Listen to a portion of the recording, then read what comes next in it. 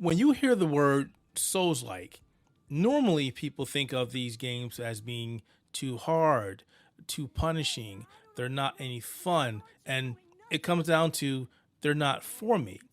However, I always felt that that was just a cop out because these people just didn't want to deal with all the chaos and the frustration that comes with these games.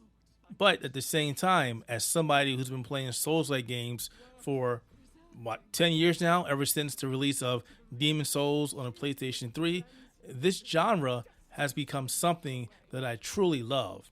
And every time that there's a Souls like game that gets released, I want to play them.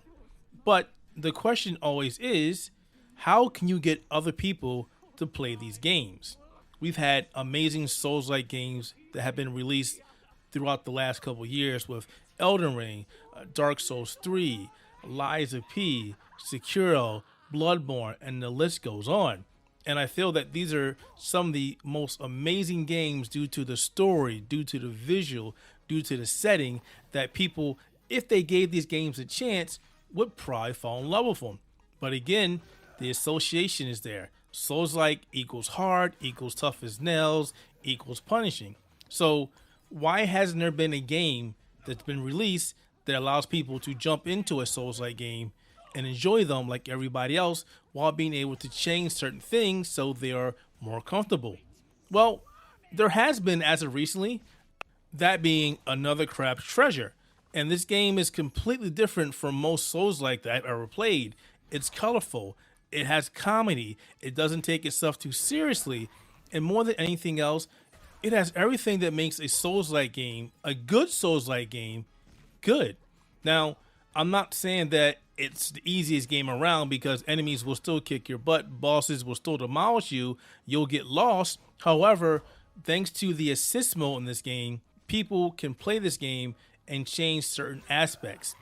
Also, their game isn't as, I wouldn't say deep as most Souls-like games because they simplify a lot of things. Like, for example, instead of having to worry about intelligence and strength and encumbrance and dexterity and things of that nature, you only have four attributes you need to worry about. Vitality, which manages how much health you have. Resistance, which dictates how much damage you can take before it's game over. Attack, which determines how much attack power you have. And then another one called MSG, which is basically your magic. I'll talk about that a little bit because that one's a little weird. In addition to that, there's no stamina in this game whatsoever, so you can run as much as you want without running out of breath or getting caught by enemies because you ran out of stamina. Once again, simplifying the formula that most Souls-like games have. Your character also has just one weapon in the entire game, which makes things a lot easier. Think about Sekiro and how you only had access to one main weapon, and that's exactly how Another Crab's Treasure plays. So instead of having to worry about picking up more weapons, you just upgrade your weapon again and again and again until you can't do it anymore. However, that's not the only thing. Now, I'll talk about shells a little bit, but one good thing about shells is you can actually take your shell off and attach it to your weapon. And you don't have to really think about it. You just hit a button and then it takes your shell and it puts it on top of your weapon, giving you more ability to attack. So you do more damage. However, the nice thing about this is once you do that, you're pretty much defenseless because you have no shell, but you can pick up another shell and still wear it. So it's the best of both worlds. And I really like that idea. There's also a skill tree, which gives you a clear indication of what skills you're picking up and how exactly they work, which is better than a lot of the other Souls-like games I played that goes, hey, put points in this ability and good luck figuring out what exactly it does. This is great for people who have never played a Souls-like game before and are just stepping into it because things aren't as complicated. However, the big thing here is also how they treat armor, or in this game, shells. So in Another Crab Treasure, you play the role of a hermit crab. And the entire goal of this game is for you to get your shell back, which was stolen from you at the beginning of the game. So you're not here to save the world or anything of that nature, but turns out towards the end that you actually are.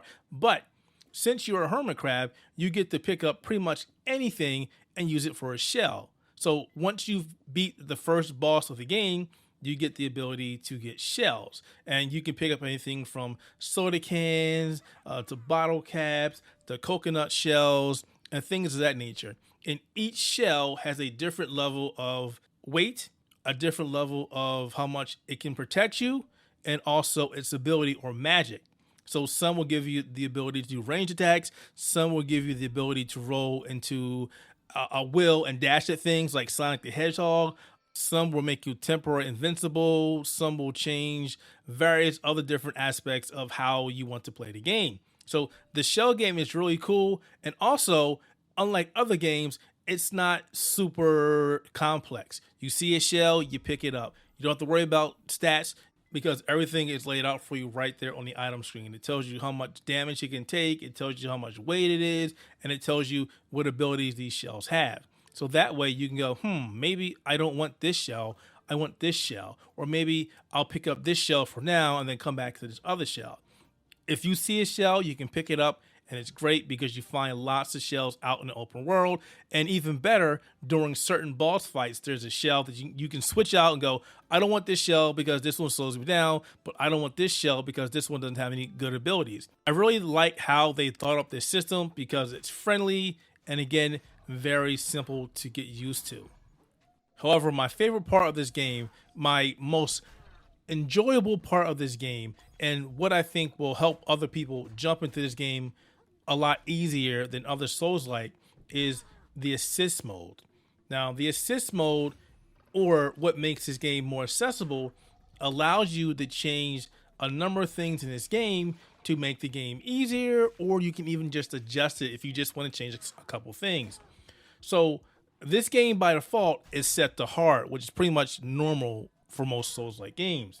Now you can change it to story mode, which will change various things in this game, or you can change it to easier, which will switch almost everything on, or you can customize it and pick and choose what you want.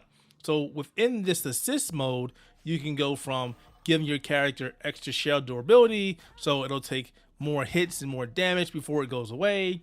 You can reduce damage taken altogether. You can even lower your enemy's health. So that guy who kept kicking your butt, or that boss who you can't out damage, you can make his health lower. You can give yourself more iframes for dodging.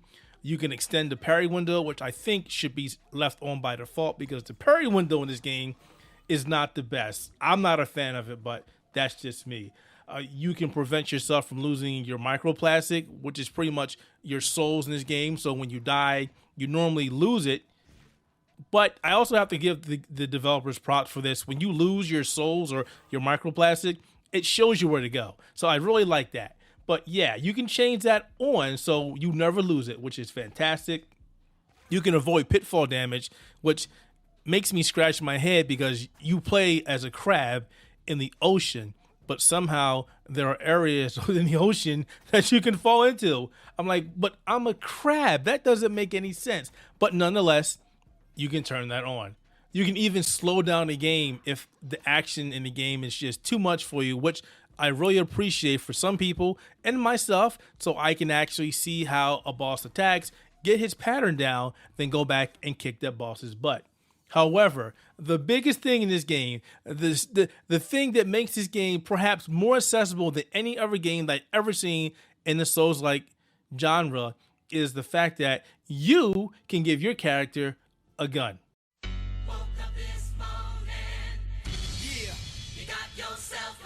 Yes, a gun. This is the ultimate nullifier in this game, and props to you if you got that Marvel reference. This weapon allows you to one-shot enemies and pretty much all the bosses in the game. But at the same time, it's kind of like cheating in a certain way, because if you want to play this game normally, you go ahead and turn on some of the other options, but turning on the ability to give your character a gun is basically one-shotting all the bosses. So you're bullying all the bosses and the enemy in the game. So is that really playing the game, or is it just taking advantage of the ability that the devs gave you? Now, I'm not going to say, hey, you shouldn't be playing with this. No shame on your game. You do how you want. But to me, it kind of feels like cheating unless there's a boss that has kicked your butt and you tried to beat this boss for 20 hours straight. then I would say, okay, yeah, go ahead and turn that option on. But for the most part, I really love all these options. And this is why I think this makes this game perhaps the most accessible Souls-like game there is right now. This is still a Souls-like game. This game, it's still pretty hard, regardless if you put on easy mode. Enemies will gank you. Bosses will kill you if you're not paying attention, regardless of what you do outside of enabling the gun mode.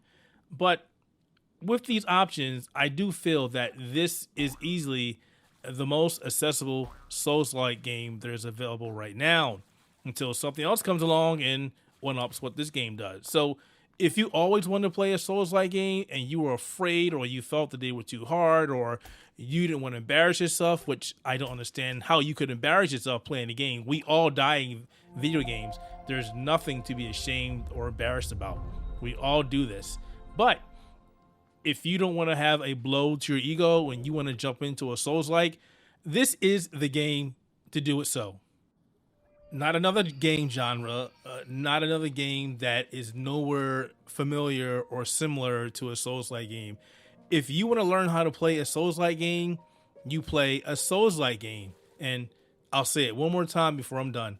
This, to me, feels like the most accessible Souls-like game there is. There, I've said it enough times. Go play this game. It's available on Xbox Game Pass. It's also available on Steam. So definitely check that out. I hope this video helps you. And if so, leave a comment below. And if you have any questions regarding this game or any other Souls-like game, leave a comment below. I'll see it and I'll get back to you. And as always, if you enjoyed our content, please leave a like and maybe think about subscribing to our channel. Thanks so much for watching, and we'll see you on the next one.